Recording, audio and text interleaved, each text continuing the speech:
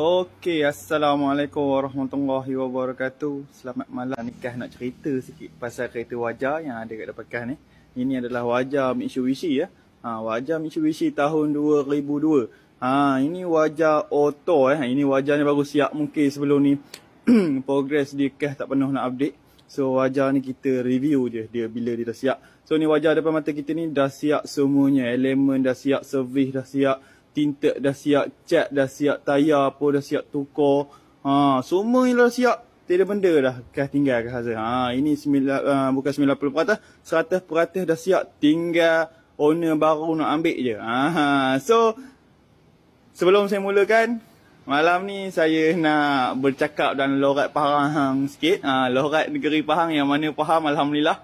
Yang mana tak faham tu learning bahasa Pahang, lorat Pahang. So malam ni kita santai-santai, saya nak apa orang kata, nak terangkan dalam bahasa Pahang, lorat Pahang lah. Rindu Pahang rasanya. So saya pun orang Pahang. So jom kita cerita pasal wajah ni pada malam ni. Okey, sebelum Kah mulakan lebih lanjut, lebih mendalam pasal kereta wajah ni. Wajah ni Kah dah siap cat kan warna macam warna mana? Warna yang coklat-coklat gitulah. Macam warna emih-emih. Dia macam nak ke hijau pun tak juga. Dia macam nak ke coklat pun tak juga. Dia nampak macam unik sikit. Tapi bagi Kah nampak dekat wajah nampak cantik lah. Memang nampak handsome lah. So lampu belakang dia Kah tukar model baru ni. Model orang panggil model macam smoke lah. Bukan standard wajah punya lah. So ni lah nombor plate dia. BGR 2889. Semuanya cantik, lampu belakang. Dua-dua ni memang cun-cun, melecun. Bak kata orang kan.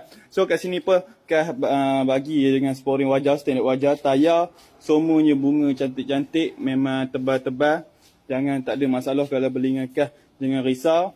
Tayar tak ada pening kepala nak tukar dah. Wiper pun nanti kalau abang-abang kakak beli dengan Kah pun, nanti pun dah tak pening kepala. Semuanya Kah dah siap tukar kan. Ni pun bagi free gift je. Ni orang panggil door visor. Door visor ni Kah bagi free gift saja wajah punya. Ini bukan second. Ini baru Kah tukar. Baru. Semua barang baru.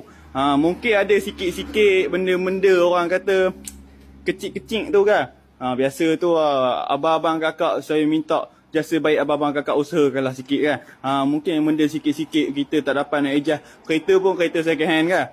Kereta second hand kalau kita nak jadi ke dia macam baru keluar kilang pun tak akan dapat punya.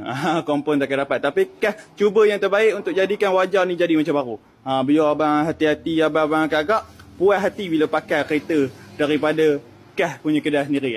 So ni pada muka depan dia. Muka depan dia macam ni lah rupa. Dia ada benda apa istimewa. Tetap wajah dia